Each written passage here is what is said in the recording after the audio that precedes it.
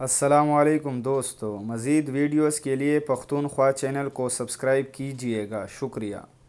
پاکستان تحریک انصاف کے چیئرمین عمران خان سے ملاقات کے لیے پاکستان میں تعینات امریکی قائم مقام سفیر جان ہورو نے بنیگالہ میں ملاقات کی اور پاک امریکہ تعلقات میں بہتری کی خواہش کا اظہار کیا۔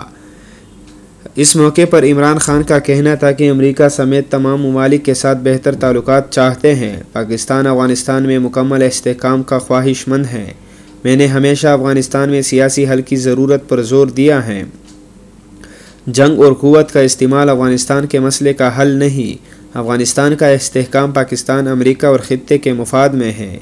پاک امریکہ تعلقات میں اتار چڑھاؤ کی وجہ باہمی اعتماد کا فقدان ہے۔ تحریک انصاف امریکہ کے ساتھ بااعتماد پر مبنی تعلقات قائم کرنے کے لیے پرعزم ہے۔ امریکہ سے مستحکم تجارتی اور معاشی تعلقات کو نہایت اہم سمجھتے ہیں۔ تفصیلات کے مطابق پاکستان تحریک انصاف کے عام انتخابات میں کامیابی کے بعد بین الاقوامی رہنماؤں کا عمران خان سے ملاقاتوں کا سلسلہ جاری ہے۔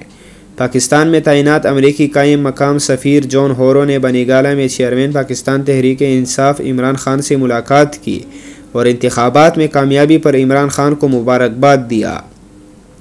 ملاقات کے دوران اسد عمر، نعیم الحق، شہزاد وسیم اور فواد چودھری بھی موجود تھے۔